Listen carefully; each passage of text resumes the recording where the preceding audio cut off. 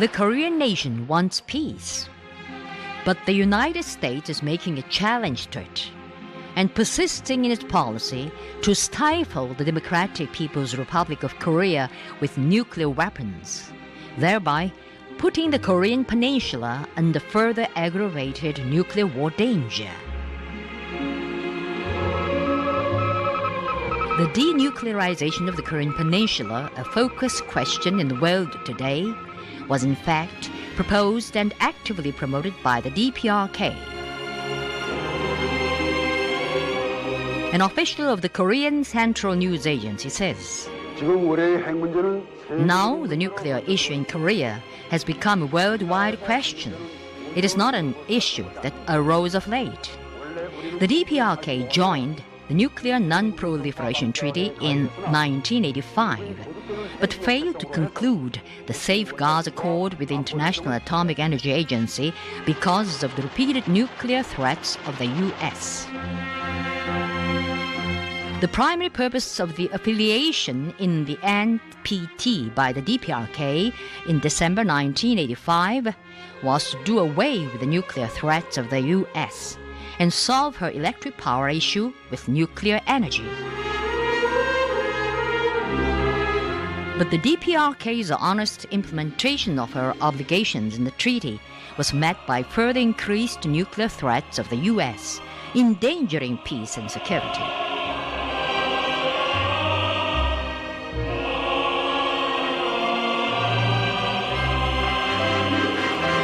If there had been full implementation of the DPRK-US agreed framework, a basic legal document for the settlement of nuclear issue signed by both sides in October 1994, the issue would have been settled squarely.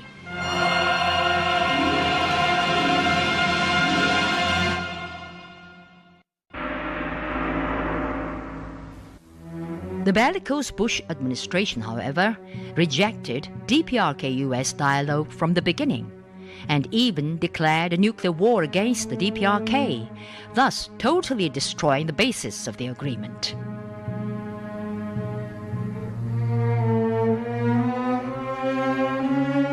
The Bush group designated the DPRK as a target of preemptive nuclear attack. And when the DPRK set forth a non-aggression treaty overture, they made a brigandish demand that the DPRK give up her nuclear program first.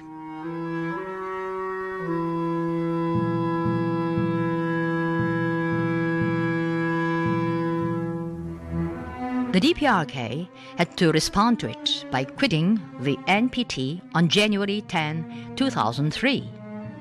It was just action fully corresponding to the rights under the treaty.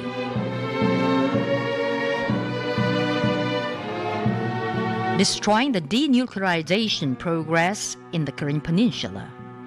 The U.S. makes preposterous sophistry that the large aggressive armed forces and nuclear weapons they have brought into South Korea are a guarantee for peace on the Korean peninsula and regional stability.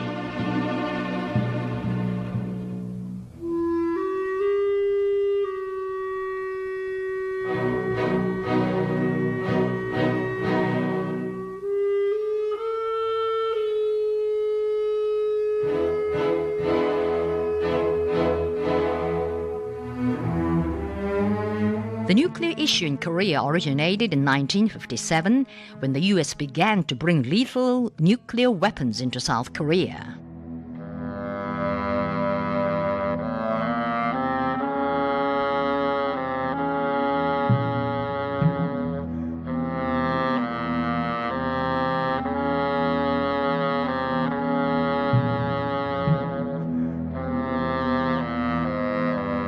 The U.S., the first nuclear nation and greatest mass destruction weapon possessor in the world, made public a defined nuclear war theory, allegedly to use tactical nukes only in a definite region. The U.S. officially designated the Korean peninsula as the first target of its application and desperately tried to realize it.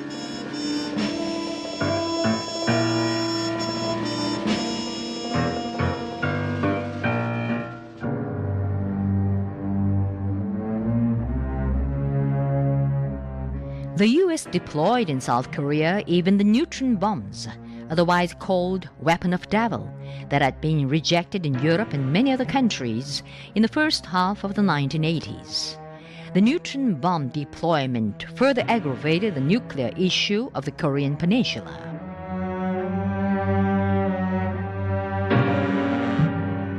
The U.S. has deployed more than 1,000 nukes in South Korea, that is, one nuke per 100 square kilometers, 4 times higher in density than in Europe.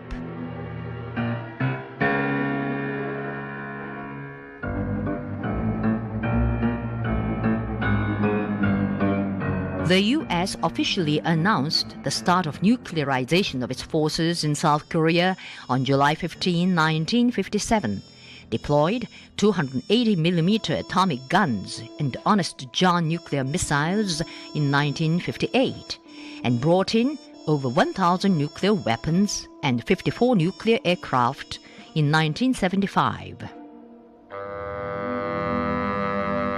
Since then, the U.S. has regularly shipped tactical nuclear weapons and bombs into South Korea. Even the depleted uranium bullets were introduced in 1997. South Korea was thus converted into nuclear arsenal of the U.S. in the Far East.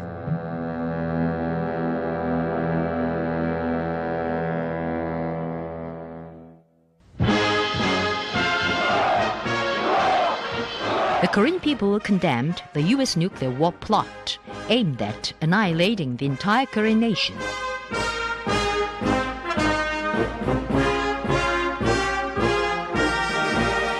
With a firm determination to punish the aggressors, the Korean army and people built a powerful war deterrent force.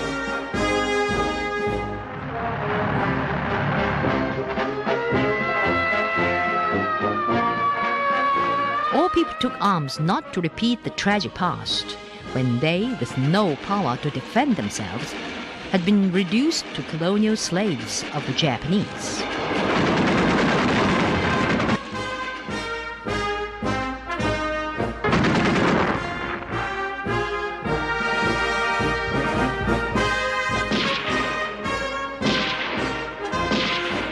The DPRK emerged with a single-minded unity of the leader, the party and the people as a citadel of self-reliant defense, all the people armed and the whole country fortified.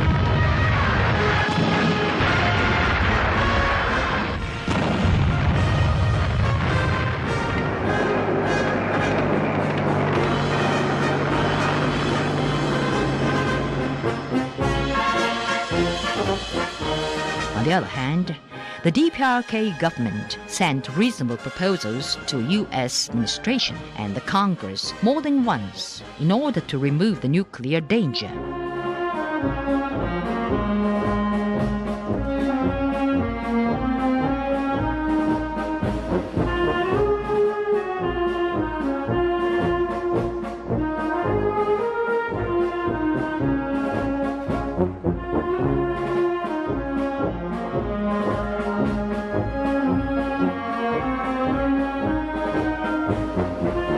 She also put forth many constructive and practical proposals to prevent a nuclear war by means of national cooperation.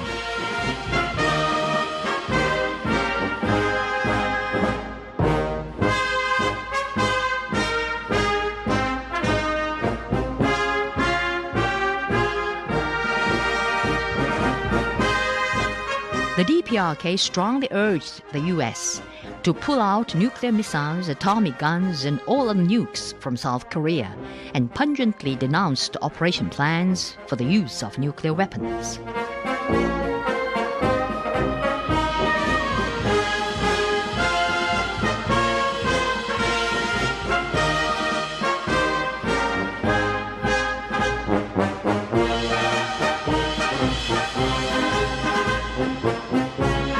The DPRK's earnest efforts brought about a joint declaration on denuclearization of the Korean Peninsula on January 20, 1992.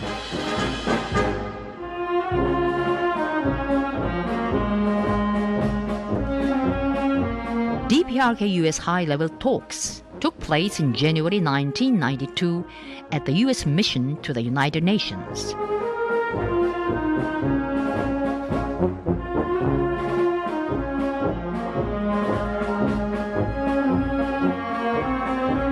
At the talks, the US firmly promised to commit itself not to threaten the DPRK with nuclear arms, and agreed to cessation of their team spirit nuclear war exercises and withdrawal of nuclear weapons from South Korea.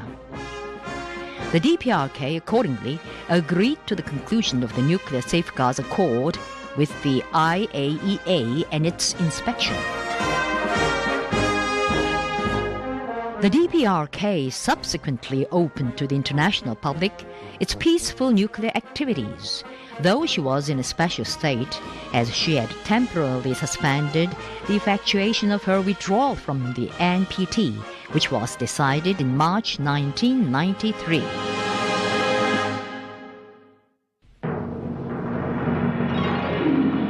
For the peaceful settlement of the nuclear issue of the Korean Peninsula, the DPRK held expert-level negotiations with the U.S. on several occasions. The DPRK repeatedly expressed her will to safeguard the national sovereignty and make positive efforts to defend peace in Asia and the rest of the world.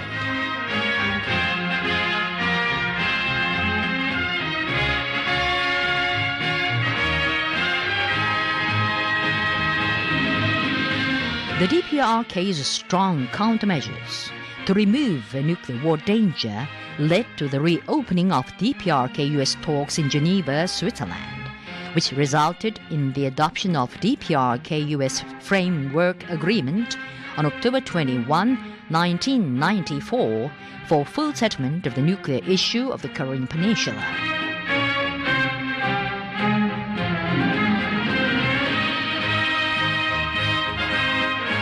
It was a fruition of the sincere endeavor of the DPRK, which had proposed denuclearization of the Korean Peninsula and made all efforts for its realization. This notwithstanding, the Bush group, like a thief crying for a thief, desperately tried to internationalize the nuclear issue of Korea, clamoring that North Korea trampled upon denuclearization of the Korean Peninsula.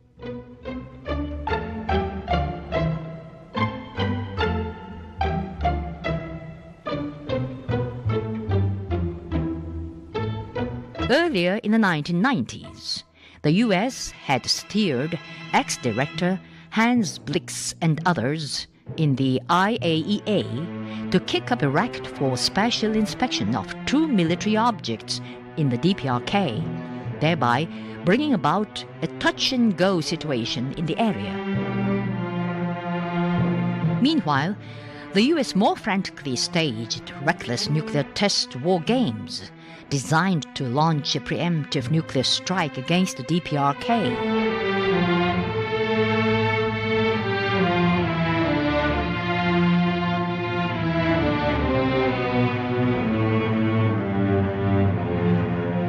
The U.S. wanted to bring the DPRK to its knees through its nuclear war programs, such as 9-Day War Plan, 5-Day War Plan, Operation Plan 5027, Operation Plan 5027, 98, and Accident Plan, and nuclear war exercises such as Team Spirit, Ulchi Focus Lands, Fall Eagle, and RSOI.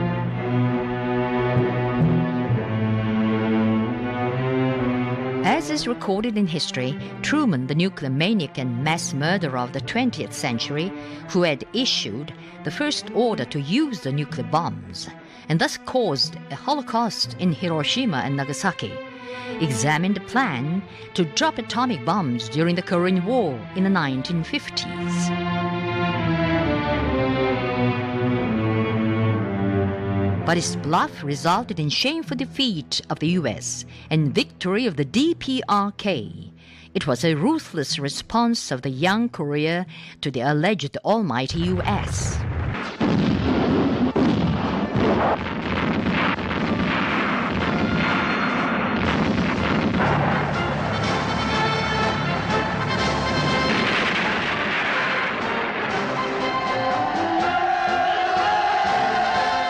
The Korean War, fought in the 1950s, was the beginning of the U.S. downhill. Another war in Korea may lead to a complete ruin of the U.S.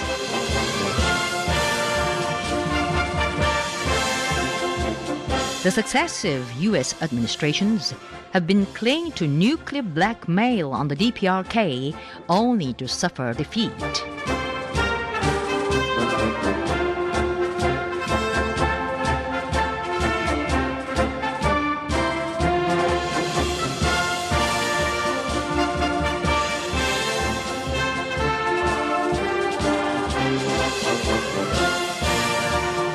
The Pueblo incident in January 1968 is a salient proof of it.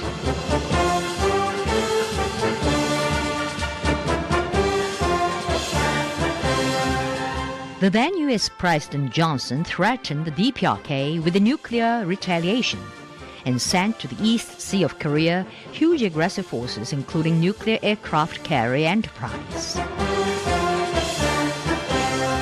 They ran amok as if to trigger off a war immediately.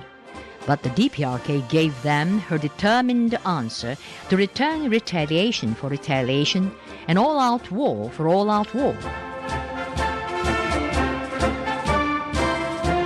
Afraid of the invincible spirit of Korea based on strong power, the U.S. could not but go back.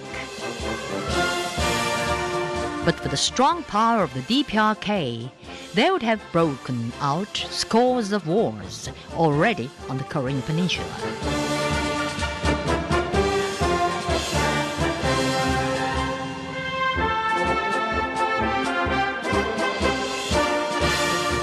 What was the answer of Korea in the large spy plane EC 1-1 incident and other showdowns?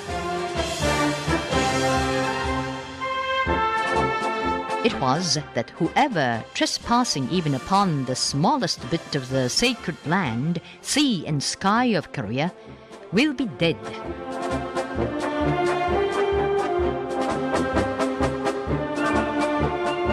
The Washington warmongers, however, cried that they would not wait for Korea to collapse, but accelerate it even by using nuclear weapons.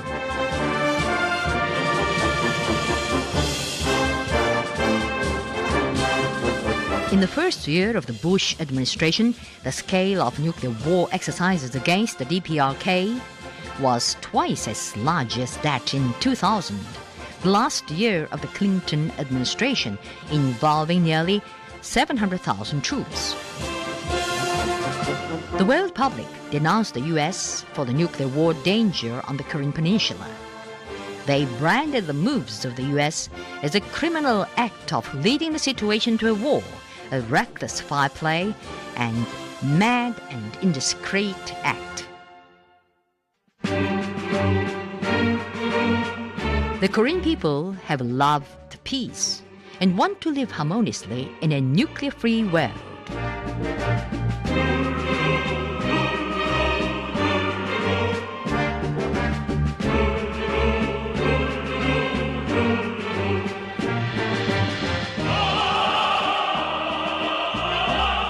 The Korean army and people firmly believe that peace is defended only by the arms.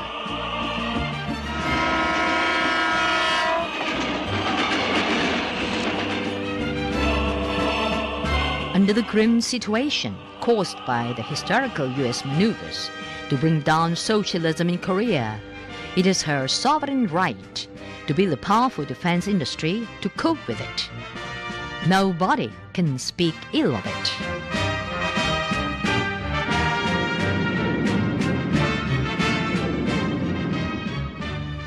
Korea, that launched the satellite Kwangmyongsung #1 and is dynamically advancing toward an economic power, has a powerful military deterrence.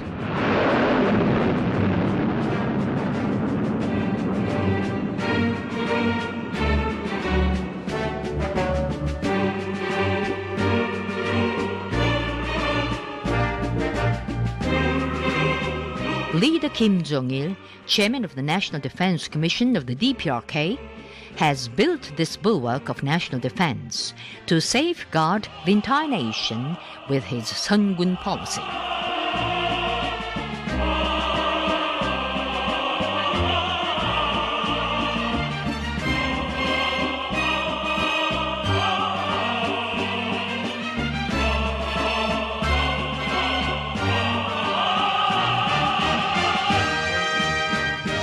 The powerful military capability prepared under the Sungun leadership is an iron shield for the Korean nation, removing the war crisis, but a merciless iron hammer to the aggressors.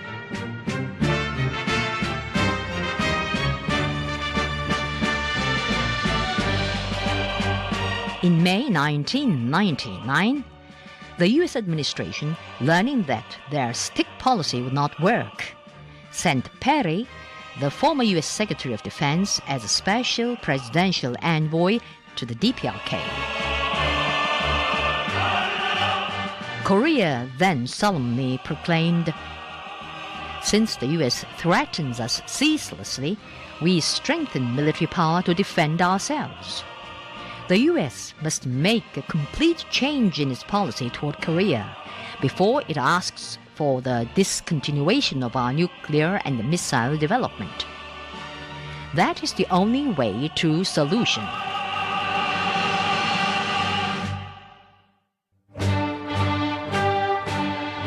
Visiting the DPRK in 1994, Jimmy Carter, the former U.S. president, called for the negotiated settlement of the acute nuclear issue.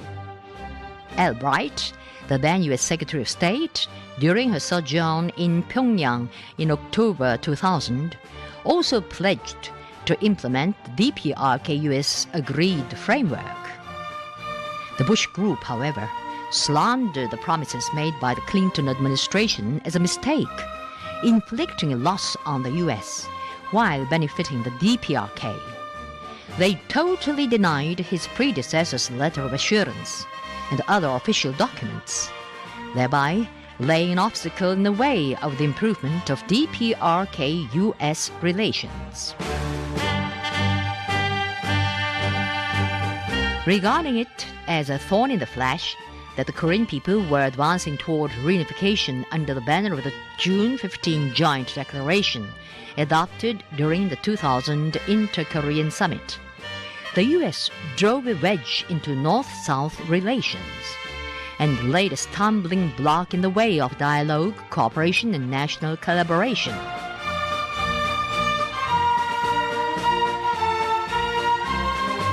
They even stopped the shipping into the DPRK of heavy oil that had been supplied under the DPRK-US Framework Agreement. So, Korea had to operate again the nuclear facilities of her atomic power plant. They went so far as to make a piratical raid on peaceful trading vessels of Korea in the high seas.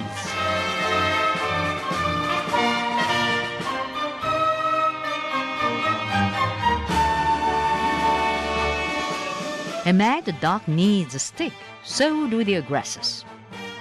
It is the logic of righteous strength that they should be dealt a heavy blow by force. Take a lesson from the Iraqi war the belligerent Bush administration carried out in defiance of the United Nations and the world public. It shows the truth that one step conceded will lead to 10, and honest compliance with the demand of the U.S. for disarmament through inspection will not prevent a war, but give rise to it instead.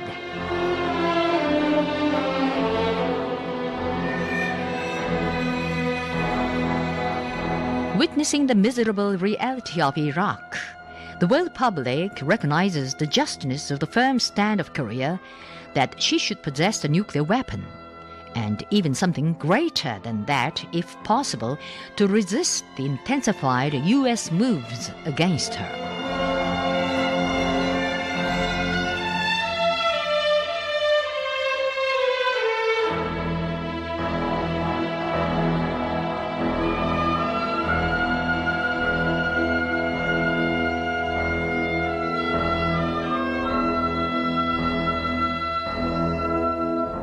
The US made public a preemptive nuclear attack on the DPRK as their policy in March 2002. It totally blockaded the way to denuclearization on the Korean Peninsula.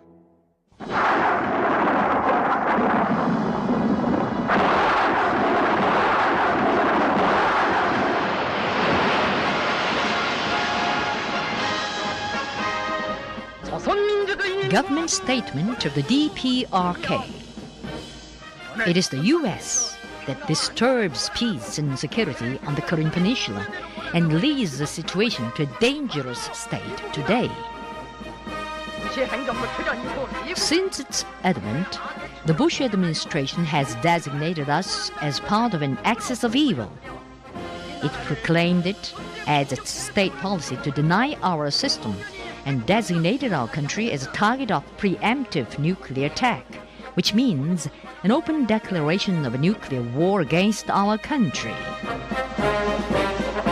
The statement declared the automatic effectuation of the withdrawal of the DPRK from the NPT that had been temporarily suspended as long as necessary according to the DPRK-US Joint Statement of June 11, 1993. All the Korean army people who had been patient, aspiring after peace and happiness, turned out in a resolute resistance for final settlement with the US imperialists, their sworn enemy.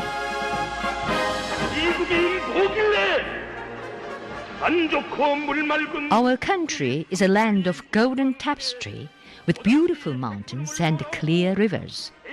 I wonder why the US so desperately attempts to bring nuclear clouds to this land and trample down the dignity and sovereignty of us, the Sun's nation. If the US triggers off a war on this land, our army and people will destroy the land of the US and utterly eliminate the root of evil and war on this planet.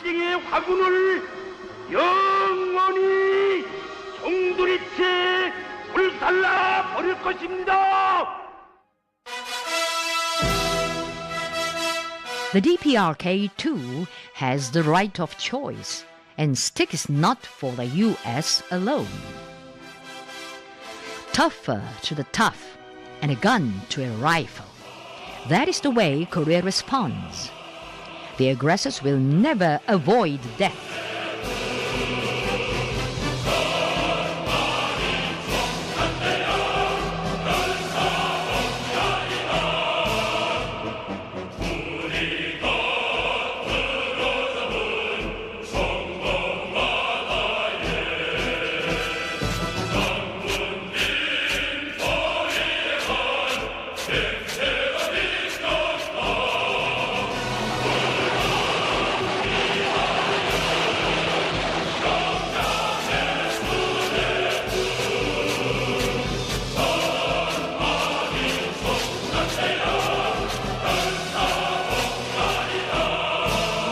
The Korean People's Army has full capability to thwart what they call precision strike, strike in the manner of surgical operation, and preemptive nuclear attack of the US.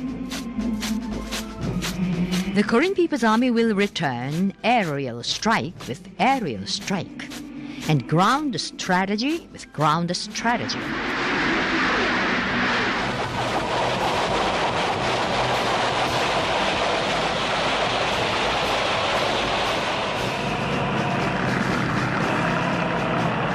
The Korean People's Army is a force of self-defense to safeguard the motherland and fellow countrymen, a symbol of great victory of the Army First policy, and a reliable guarantee for peace on the Korean Peninsula.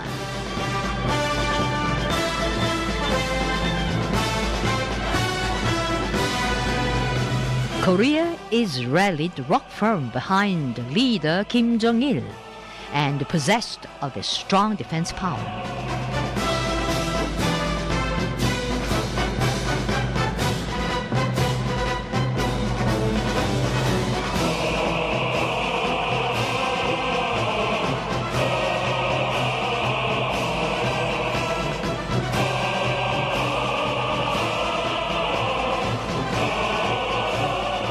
If the US sparks a nuclear war, Korea would deal a ruthless blow on the aggressors wherever they may be and round up the century-old showdown against the US.